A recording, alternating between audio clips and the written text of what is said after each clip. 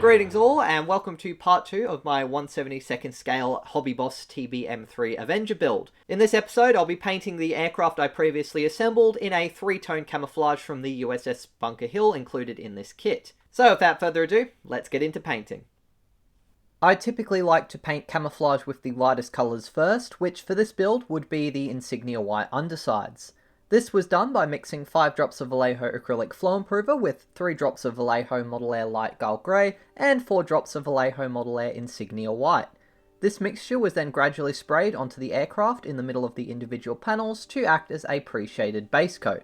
The reason I mixed in some light gull grey was to make the paint a bit darker, so I could later on add more highlights over the top of it with pure insignia white. This mixture was also sprayed on some of the upper surface as well, but in a more patchy and inconsistent manner. I did several passes with this colour until it was reasonably strong, and also blended some of the areas together a little bit more with some general wider coats. The second lightest colour would be the intermediate blue, which was for the fuselage sides and the tail. 5 drops of Vallejo acrylic flow improver were mixed evenly with 5 drops of Vallejo Model Air intermediate blue, and then I carefully sprayed it at a slightly lower than normal pressure, carefully following the edge of where it met the insignia white, before then gradually filling in the panels along the sides of the aircraft. Some Avengers seem to have had some of the intermediate blue sprayed on the leading edges of their wings, so I also applied a band of it in that position. I couldn't find any photos of 313, which is the scheme included in this kit, so I ended up looking at other TBM-3 Avenger photos, including of other ones from the USS Bunker Hill, to get a rough reference for the positioning of these colours. One particularly tricky feature to paint was the stripe of blue under the wings that cuts off the lower fuselage white around the bomb bay. I did this by carefully running my airbrush along this line in a few coats, and would later do some more neatening up. After a few passes, the intermediate blue was looking pretty solid, so I moved on to the third and final camouflage layer with some Vallejo Model Air USN Flat Sea Blue. Along the fuselage sides, I basically went in a continuous line where it met the intermediate blue to establish where the colour transition would be, and I kept it reasonably close and smooth at a low pressure. For large areas, like the panels on the wings, I gradually filled individual panels first, and then continued to make several light passes until the colour was nicely built up and reasonably uniform. The dark sea blue line on the fuselage was pretty thin, and painting the end was particularly tricky, but fortunately on this scheme the roundel sort of covers where the sea blue ends towards the tail, so I didn't have to be too precise in the end. So far, I found the US Navy 3-tone countershade pretty much justifies me getting an airbrush, and is one of my favourite schemes so far to paint. In my opinion, it doesn't need any masking to do a good job with. There's something very satisfying about the layers gradually building up over the top of each other, and it's so much easier to get a soft and smooth transition between the colours using an airbrush compared to brush painting.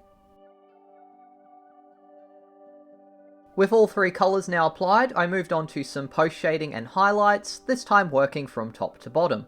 Some USN Sea Blue was mixed with approximately 3 parts blue to 3 parts insignia white to make a saturated lighter colour, which I then sprayed onto the fabric control surfaces especially, and then randomly onto panels for some paint fading, artificial highlights, and variation.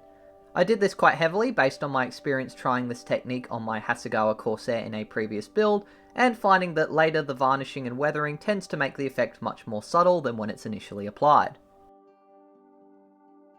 Before doing the highlights with the intermediate blue, I first did a few touch-ups to adjust the camouflage pattern, and then much like with the sea blue, I mixed in some insignia white with the intermediate blue, and highlighted some of the panels with varying degrees.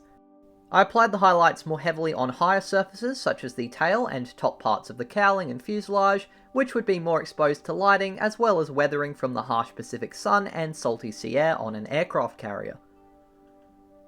On the underside of the aircraft, pure insignia white was mostly applied as several light coats over the underside, allowing the pre-shading to do most of the work.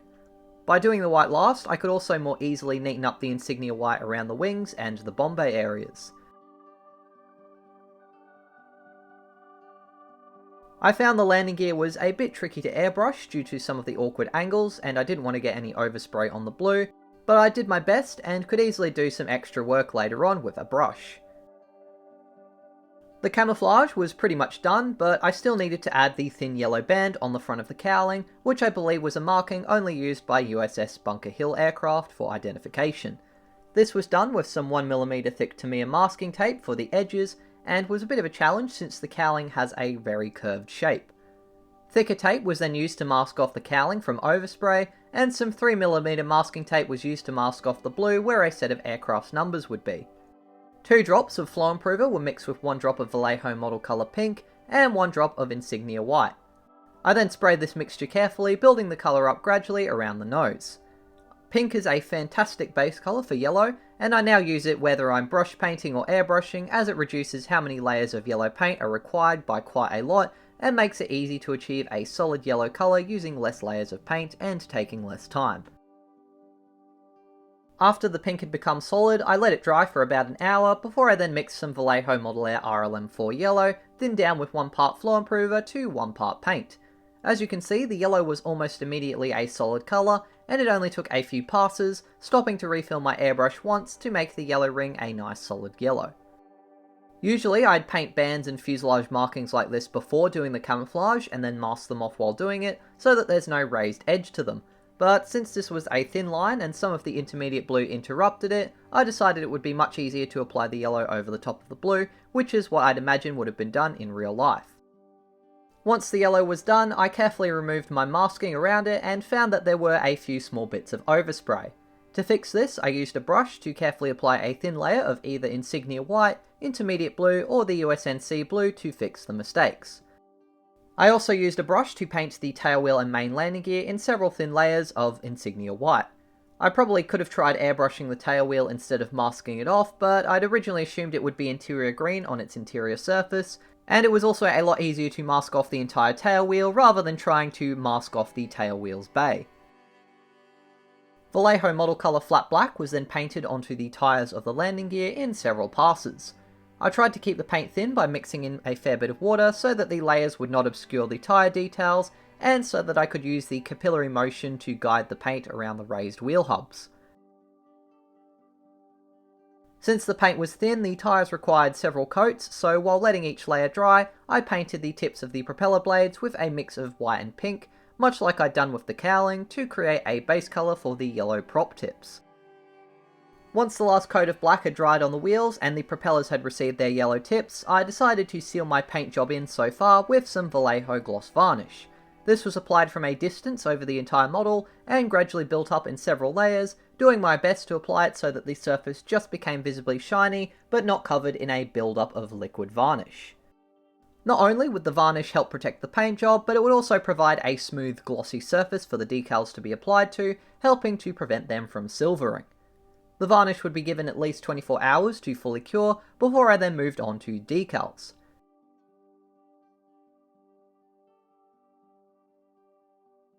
To apply the decals, I first cut the sheet into manageable sections and then applied the main roundels and markings first.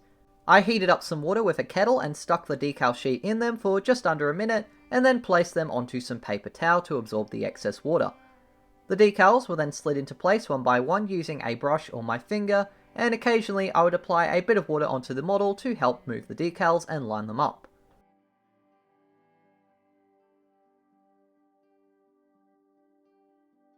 Curiously, the Bunker Hill aircraft has 2 different identification numbers, both 313, which is the main number that appears, and 148, which the instructions refer to the aircraft as. My guess is that either the Avenger had spare parts given to it from another aircraft, so it has the numbers from the donor plane, or perhaps more likely it was transferred from another unit and the old numbers that were used for it weren't ever replaced. Once all of the main decals were in position, I then gently dabbed on some Vallejo decal softener, followed by Tamiya decal adhesive to help them soften into the kit's insane amount of recess details. This worked pretty well, and even some of the rivets would show through them, and the decals were all of pretty good quality.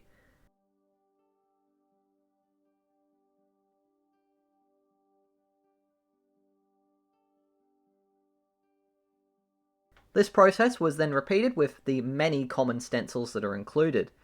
There are quite a lot of them, so to make sure I didn't miss any, I used a pencil to cross off the decals as I applied them from the sheet, and eventually the job was done. The only issue I had was that, unfortunately, one of the smaller decals which goes over the fuselage roundel seemed to slightly move as it dried, and so it doesn't quite sit level. After the last decal had about 12 hours to fully set, I then sealed all of the decals in and gave the paint job its final finish with some Vallejo matte varnish. This was done in the exact same manner as the gloss varnish coat had been applied previously, and once done, I left the model aside for 24 hours to let it fully cure before moving on to weathering, which is what we'll be covering next time in the third and final part of this build series. Thank you very much for watching this episode of my Avenger build. I do hope you enjoyed it and got something out of it. If you did, please be sure to leave a like, and also subscribe to the channel if you haven't already so you don't miss part 3. Feel free to leave any friendly advice you have on how I can improve my videos and model making, or even experiences you've had with this kit or other ones you'd like to see me build in the comments below. A massive thank you to my wonderful patrons who helped to fund not only me buying these kits, but also the products I use to make them and the time I spend making these videos. So without you guys, I wouldn't be able to keep doing this. All going well, part 3 will be coming out sometime next week, and I also have another Grumman aircraft I'll be doing a build video on very soon after this one. That's it for now, but until the next video, as always, take care and model on.